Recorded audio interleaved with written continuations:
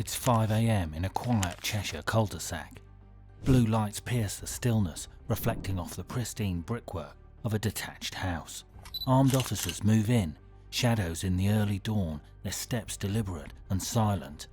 Inside, Paul Green, known to his associates as the big fella, is roused from sleep by the heavy thud of boots on his front steps. Moments later, he's marched out in handcuffs, flanked by 2 officers. His carefully curated life of luxury, a fleet of luxury cars, Rolex watches and designer suits, has crumbled in a single, calculated raid. This wasn't just the arrest of a smuggler. It was the dismantling of Britain's largest ever narcotic empire, worth a staggering £7 billion. It was a network that flooded the streets with billions of pounds worth of smack, coke and cannabis. For over 2 years, Green operated in the shadows, disguising his contraband in crates of onion and garlic. With these simple yet crazy clever disguises, he evaded detection. But the web of his deception reached far, including a network of front companies and cloned businesses. His operation wasn't just big, it was untouchable. Until now. Footage from the NCA shows Green being led from his home in handcuffs, flanked by officers. His last days of jet-setting to far-flung destinations, dressed in designer suits and cruising around in flashy cars, were over. As Green was marched into the back of a police van, one thing became clear. The kingpin of the UK's largest narcotic racket had finally been caught. Paul Green wasn't just a criminal. He was a cunning linchpin of a network so massive that customs officials, overburdened by the sheer scale of imports, couldn't possibly check every load. It's not a unique strategy, as smugglers often use shipments of fruit and vegetables for smuggling because of their perishability. However, that doesn't change the danger and harm caused by such operations. Known to his peers as the big fella, Green had built an international operation by collaborating with Dutch crime bosses and leveraging complex smuggling routes that were almost impossible to trace. His organisation didn't just smuggle narcotics, it created an elaborate facade of legitimacy. Companies like Potfresh, Blackpool Fruit and Veg and Euro Produce were established as fronts, while warehouses across the UK and the Netherlands became critical nodes in his operation. To the public, he was a successful entrepreneur. Behind closed doors, he was a ruthless criminal whose empire left communities in ruin. But how did Paul Green build his empire? What tricks kept him one step ahead of the law? And what mistake finally brought him down? Over the next few moments, we'll unravel a story of how Green built one of the most lucrative criminal empires in Britain's history, and how a single slip-up brought it all crashing down. This is the story of Paul Green, the man whose name became synonymous with industrial-scale narcotic smuggling. Let's dive into the rise, reign, and eventual fall of the big fella, the man who turned Britain into his personal narcotics marketplace. Before his fall from grace, Paul Green lived a life that could fool anyone into believing he was a legitimate businessman. But behind the facade of bling and expensive holidays was a cunning businessman who used the customs protocols, innocent haulage companies, and the society at large to peddle his illicit operations. He was so successful in keeping up the mask that by the time authorities finally got to him, he was raking in millions of pounds. His operation became the largest narcotic operation to be uncovered. Born as Simon Swift, the man first became known as James Russell and then to Paul Green. It seems the big fella has an aversion to his birth name, doesn't it? Nevertheless, he began his journey into the criminal underworld with small-time fraud and property scams. But as is the case with every major criminal, it wasn't enough to feed his ambition. By the late 2010s, he had partnered with Dutch crime syndicates, acting on his dark yet high ambitions. He masterminded a plan that would see billions of pounds worth of smack, coke and cannabis smuggled into the UK from Europe. His operation wasn't just massive, it redefined the art of smuggling. To make his smuggling network look legitimate, Green and his associates created a series of front companies, including Blackpool Fruit and Veg and other businesses with innocent-sounding names. These companies rented warehouses in Lancashire, Bolton, Wigan and Leeds, providing critical infrastructure for their illicit activities. They also cloned legitimate businesses using real VAT numbers to avoid suspicion. Suppliers and transport firms were far less likely to question a company that appeared to have an established trading history. By 2016, Green's organisation had perfected the art of deception. Narcotics were concealed within pallets of onions, garlic and ginger. Now, as we told you earlier, perishable items are an unwitting facilitator of illicit trade. Bananas are a common companion of such nefarious operations across Europe, but they've really infiltrated the UK's narcotic operations. This is £500 million of drugs found in bananas at a UK port.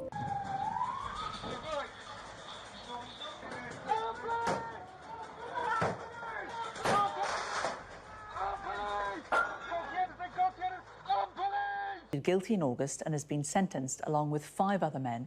Millions of pounds worth of drugs were concealed inside boxes of bananas, but the shipment was intercepted by the authorities in Dover in 2020. The last one must have looked familiar to you. Nonetheless, this criminal decided to go beyond bananas and pick produce like onions or ginger due to their strong smell. The strong smelling items would mask the scent of narcotics and evade detection by customs. That's quite smart, isn't it? We usually hear about criminals using one tactic or another to deceive the authorities, but this one was using all the tricks from the smuggler's playbook, all at once. The gang purchased up to 50 tons of onions per week, so much that they couldn't even get rid of the surplus. At times, they sent the excess back to Europe as a cover. Green's international alliances also played a crucial role in his rise to power. Collaborating with Dutch crime figures Barbara Reinbout and Johan Vesters, Green relied on their expertise in smuggling routes from the Netherlands and Spain, cementing his network's dominance. This collaboration was pivotal, as Reinbout and Vesters handled operations on the continent, coordinating shipments that were destined for Green's warehouses. As NCA investigator Richard Harrison later stated, this was an extremely high-harm organised crime group that used every tactic possible to evade detection and cheat justice. While Green's network seemed impenetrable, it was built on ruthlessness and fear. Associates who made mistakes or threatened to expose the operation were dealt with harshly. The gang's ability to instill terror amongst its members and competitors was another factor in keeping it running for so long. Green surrounded himself with associates who were more than just criminals. They were experts. Stephen Martin, his financial mastermind, ran the gang's fraudulent accounts.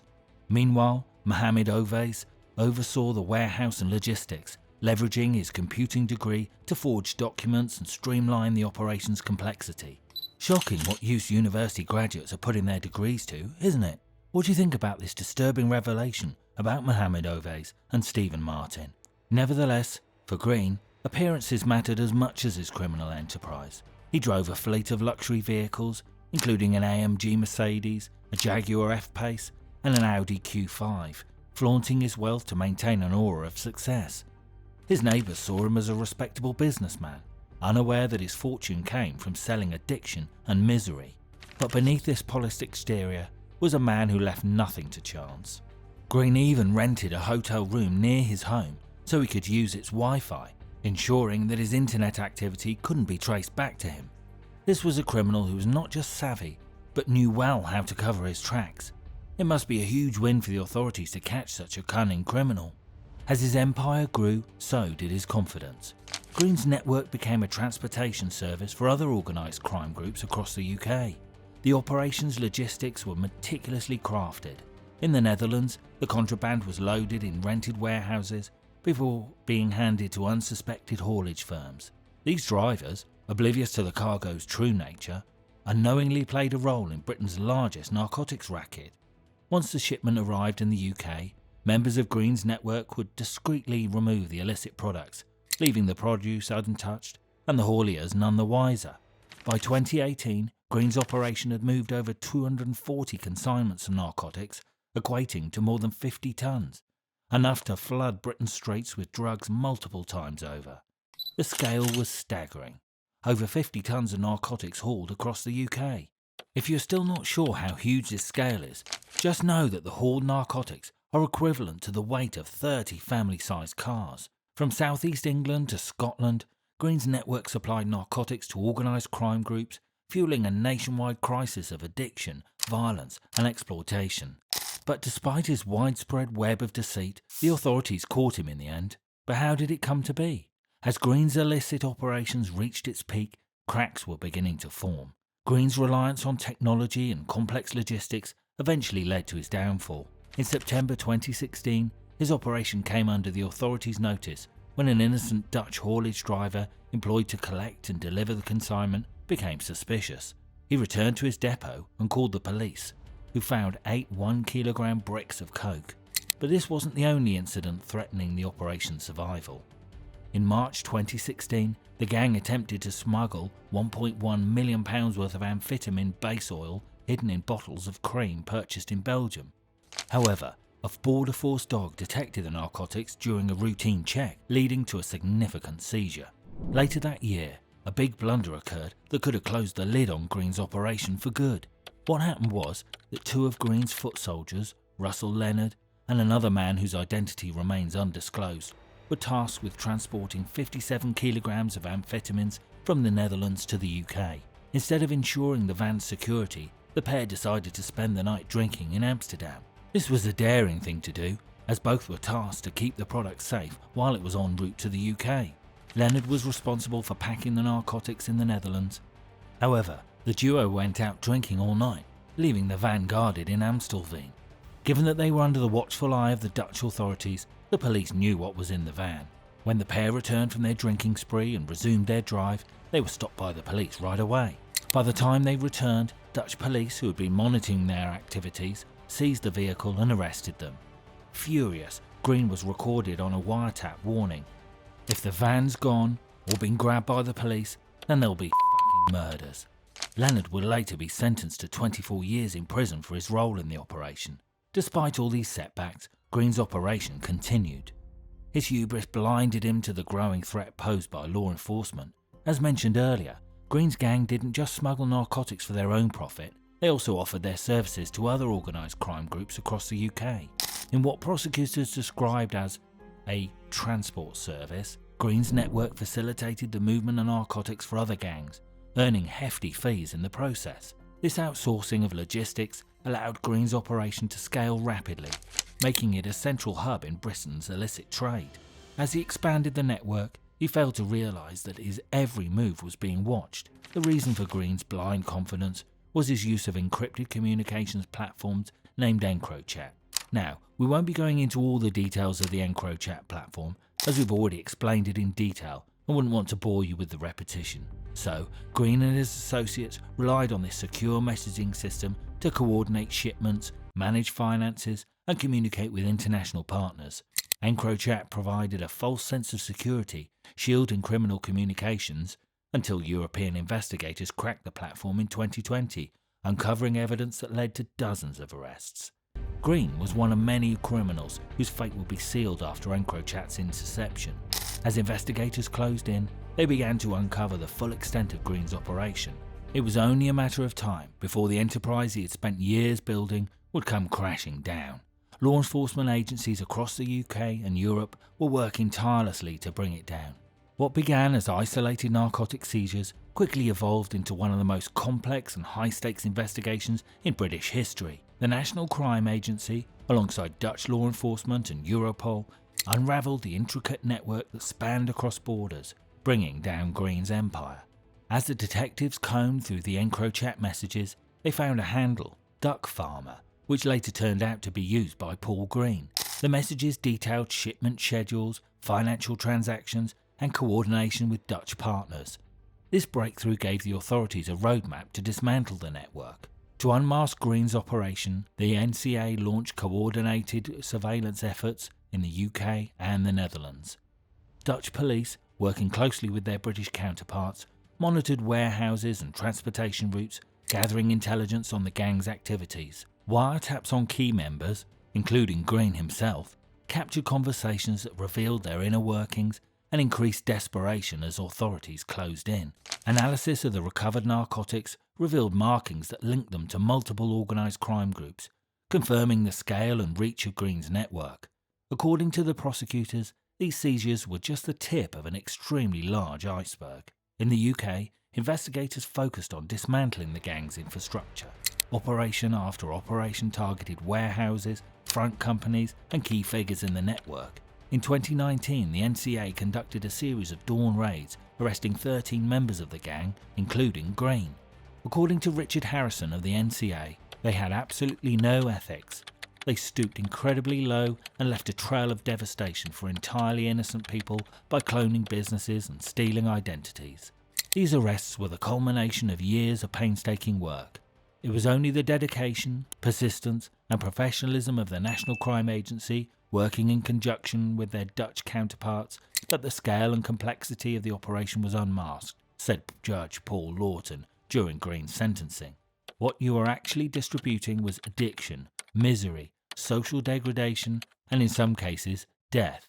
The investigation revealed not only the scale of Green's smuggling operation, but also the lengths to which the gang had gone to evade detection. In one particularly shocking revelation, investigators discovered that Green and his accomplice Leslie Quinn had stolen a man's identity to secure a £262,000 mortgage on the victim's home. Instructed by Green, Quinn rented the property and changed his name by deed poll to the same as the landlord. Quinn then claimed he owned the house and obtained the fraudulent mortgage provided by a small finance company. The OCG used the landlord's name to open several bank accounts, created a company called Blackpool Fruit and Veg, and rent a warehouse in Leeds. The funds were used to cover a narcotic debt, further illustrating the gang's willingness to exploit innocent people for their gain. Nevertheless, despite their sophistication, the gang couldn't avoid leaving behind a paper trail. Bank records, shipping manifests, and surveillance footage all provided critical evidence. One key discovery was the extent of the gang's financial transactions. Between 2016 and 2018, over £1.5 million flowed through Green's accounts, a fraction of the estimated billions generated by his empire. His lavish lifestyle, Rolex watches, luxury cars, and extravagant holidays stood in stark contrast to the minimal profits declared by his front businesses. But it wasn't just the money that drew attention. The gang's sheer audacity was evident in every aspect of their operation. They brought in so much produce, onions, garlic and ginger, that they struggled to dispose of it, often sending excess shipments back to Europe to maintain the illusion of a legitimate trade. The stench of criminality is overpowering, prosecutor Andrew Thomas QC remarked during the trial. The final blow came when law enforcement pieced together the connections between Green's network and his Dutch counterparts. By pooling intelligence from both sides of the channel, the NCA and Dutch police uncovered the full extent of the gang's activities. The alliance between Green and the Dutch crime bosses Barbara Rijnbout and Johannes Vesters was critical to the operation's success. Both Rijnbout and Vesters were eventually arrested, extradited to the UK, and sentenced to 18 and 20 years in prison respectively. The arrest and conviction of Green and his associates marked a major victory for law enforcement. This was an extremely complex operation involving a huge number of agencies working together, said Rob Jones, NCA Director General of Operations. Our officers' meticulously work unmasked them and evidenced the scale of harm they were causing to the UK communities. However, the impact of the investigation went beyond arrests. It set a new standard for collaboration between international law enforcement agencies and demonstrated the importance of technology in modern policing. As Paul Green and his associates faced justice, the communities they had devastated sighed with relief. But the damage they caused, measured not just in billions of pounds, but in lives ruined by addiction and violence, would take years to undo. With arrests made and the gang dismantled, the focus shifted to the courtroom. The legal battles surrounding Paul Green and his associates would form to be Britain's largest criminal trial in history. Even when there was incriminating evidence collected by both local and foreign authorities, the trial went on for 2 years. The largest narcotic operation to be intercepted, leading to the largest criminal trial. That's quite some journey. But what does it say about the system? Do you think the system is perfectly fine or needs improvement? If the latter, what improvements do you suggest in our legal system? Let us know in the comments. Coming to the legal battles that unfolded at Manchester Crown Court, the trial showcased the staggering scale of Green's operation and the devastating consequences it had on society. Green, along with 17 other members of his organised crime group, faced a litany of charges, including conspiracy to import Class A and Class B narcotics, fraud and other crimes. The first trial began in 2021 and lasted almost 2 years, earning the distinction of being the longest criminal trial in England and Wales. Due to COVID, it was adjourned until June 2022. a jury spent 141 hours and 21 minutes deliberating on their verdicts. Here is the detail of the sentences as a result of that trial. Green was sentenced to 32 years in prison on 3 counts of conspiring to import Class A narcotics and 4 counts of conspiring to import Class B narcotics. Oliver Penter was sentenced to 24 years in prison on 1 count of conspiring to import Class A narcotics and 1 count of conspiring to import Class B narcotics. Stephen Martin, 52, and Mohammed Ovais, 46, were jailed for 28 years and 27 years respectively for 2 counts of conspiring to import Class A narcotics and 2 counts of conspiring to import Class B narcotics. Iftikhar Hussain was found guilty of assisting the activities of an organised crime group. He was jailed for 4 years. Russell Leonard was found guilty of 2 counts of conspiring to import Class A narcotics and 1 count of conspiring to import Class B narcotics. He was sentenced to 24 years. Alan Cumming was found guilty of 1 count of conspiring to import Class A narcotics and 1 count of conspiring to import Class B narcotics. He was sentenced to 21 years in prison. A second linked trial started later and continued for 9 months. Together, these trials painted a detailed picture of how Green's empire had operated and the harm it had caused. Green was the point of contact for numerous OCGs who paid a fee to shop smack, coke, amphetamines and cannabis into the UK. As mentioned earlier, it was a narcotic transportation service.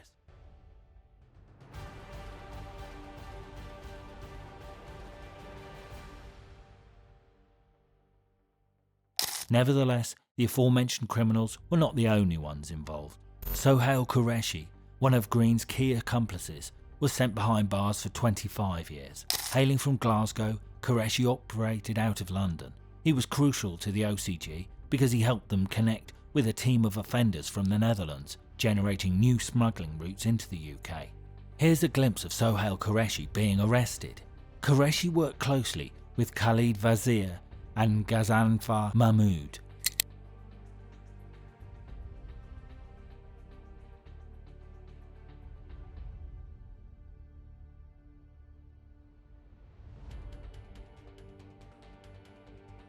Mahmood, who was born in Pakistan but holds Danish nationality, was convicted of being involved in an OCG. The former taxi driver took his orders from Qureshi and travelled to Spain and the Netherlands to develop the operation, and he became a director of a front company in the Netherlands. He was sentenced to 3 years and 9 months. Vazir was convicted of the same charges as Qureshi. He helped set up a front company in the UK and helped Dutch crime boss Barbara Reinbout open personal and business bank accounts in the UK by using forged documents. Dutch wiretap evidence showed Vazir supported and encouraged Reinbout to run the Dutch OCG side. Vazir was sentenced to 20 years. The group set up front companies and rented warehouses in the Netherlands and UK to move drugs hidden in deliveries of strong-smelling foodstuffs such as onions, garlic and ginger. As well as the warehouses in Sheffield and Preston, the OCG also rented premises in Leeds, Warrington, Bolton, Wigan and Ormskirk. In total, more than 246 years of jail time has been given to the 12 members of the OCG. 2 men, who cannot be named for legal reasons, await sentencing for their roles, along with Ashley Jones, 34 of St Helens, Merseyside. He admitted conspiring to import Class A drugs and will be sentenced at a date to be confirmed. The court also heard about the gang's series of front companies and warehouses in the Netherlands and in the north of England by the use of false and stolen identities, as well as involvement of innocent haulage firms. The illicit shipments would then be removed for distribution to the fee-paying customers. Among these customers was the Merseyside mob enforcer John Kinsella, who was eliminated by a hitman in May 2018 while walking dogs with his pregnant partner. While we're on the subject, the assassin of Kinsella was none other than Mark Fellows, the Iceman we covered in one of our episodes. While the Earth may roughly be a sphere, the world of gangland for sure is round. One criminal is linked to another criminal by one way or another. Coming back to Paul Green, amid the seizures and arrest, his operations continued. According to the prosecutors, as soon as one company became exposed, they would switch to another one. During the trial, Judge Paul Lawton didn't mince words about the gang's impact on society. Your main objective was the importation of drugs on an international and hitherto unprecedented scale, worth at least £2 billion and possibly as much as £7 billion, he said to Green. What you were actually distributing was addiction, misery, social degradation and death. Despite Green's attempts to appear untouchable, the evidence against him was overwhelming. Witnesses, including former associates, provided testimony that shed light on the inner workings of the operation. Bank records and financial statements revealed that Green and his wife had spent over £26,000 on watches and jewellery in just 6 months, despite reporting little to no legitimate income. Green styled himself as a savvy businessman, yet those who knew him recalled a hustler who once juggled hair salons and cleaning services. His neighbours may have bought the ruse, but detectives couldn't be fooled by it. Records show that he recorded little or no profit from his businesses. He didn't pay any tax during the 2.5 years smuggling period, but more than £1.5 million had flowed through his bank accounts. Money that prosecutors argued came directly from narcotic profits. In total, the gang members received more than 246 years of jail time. This was justice for the communities that suffered because of these criminals, said Richard Harrison. The scale of their crimes was matched only by their greed and their disregard for the lives they were destroying. For Green, the sentencing marked the end of his reign as Britain's most prolific narcotic smuggler, but the impact of his enterprise would be felt for years to come. As Rob Jones of the NCA remarked, without criminals like these, there would be no young teenagers dealing drugs through county lines. There would be no turf war murders or innocent members of the public killed in the crossfire. The trials were a triumph of law enforcement and a reminder of the devastating effects of organised crime, but they also served as a warning.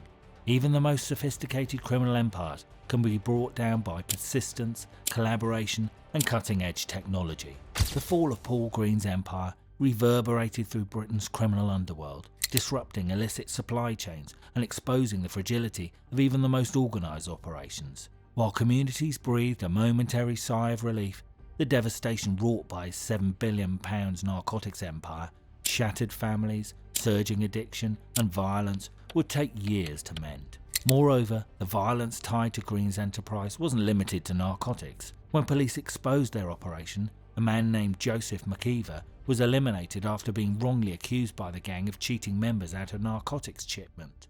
Beyond the human toll, Green's operation has had a crippling economic impact. Entire communities are destabilised as addiction surges, businesses are extorted, and legitimate trade is overshadowed by criminal activity.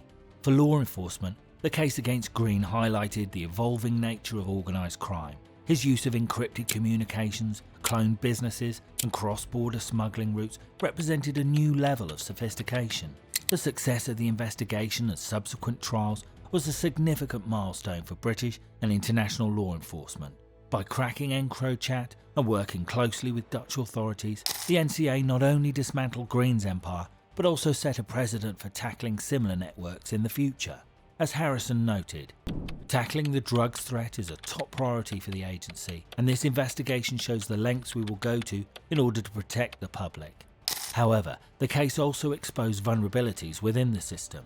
Green's ability to operate undetected for years, despite the scale of his activities, underscored the challenges faced by the authorities in tracking and dismantling sophisticated criminal enterprises. His use of false identities, cloned businesses, and innocent haulage firms highlighted the need for stronger regulatory oversight and collaboration between public and private sectors. It's about time the local authorities and community organisations work to repair the damage caused by narcotic enterprises. Initiatives to combat addiction, support victims of exploitation, and rebuild trust in the authorities will gain momentum after that. While the police have developed new strategies and systems to catch illicit activities, particularly narcotics trade, they need to pace up because the criminals are learning new methods too. The lingering effects of Green's operation remain a strong indication of the devastation wrought by organised crime. The aftermath of Green's empire serves as a grim reminder of the toll organised crime takes on society. It's a story of greed, exploitation and destruction, but also of resilience and justice. As Britain rebuilds from the devastation, one pressing question remains: how can we stop the next big fella before it's too late? Paul Green's story is one of power, deception and devastation. Known as the Big Fella, he built an enterprise that smuggled billions of pounds worth of narcotics into the UK, all while presenting himself as a successful businessman. Yet his reign as Britain's most prolific smuggler came to a crashing halt with his arrest and eventual sentencing to 32 years in prison. The legacy of his operations serves both as a cautionary tale and a grim reminder of the consequences of unchecked criminality. The lessons from Green's enterprise is clear. First, collaboration between international law enforcement agencies is essential in tackling organised crime.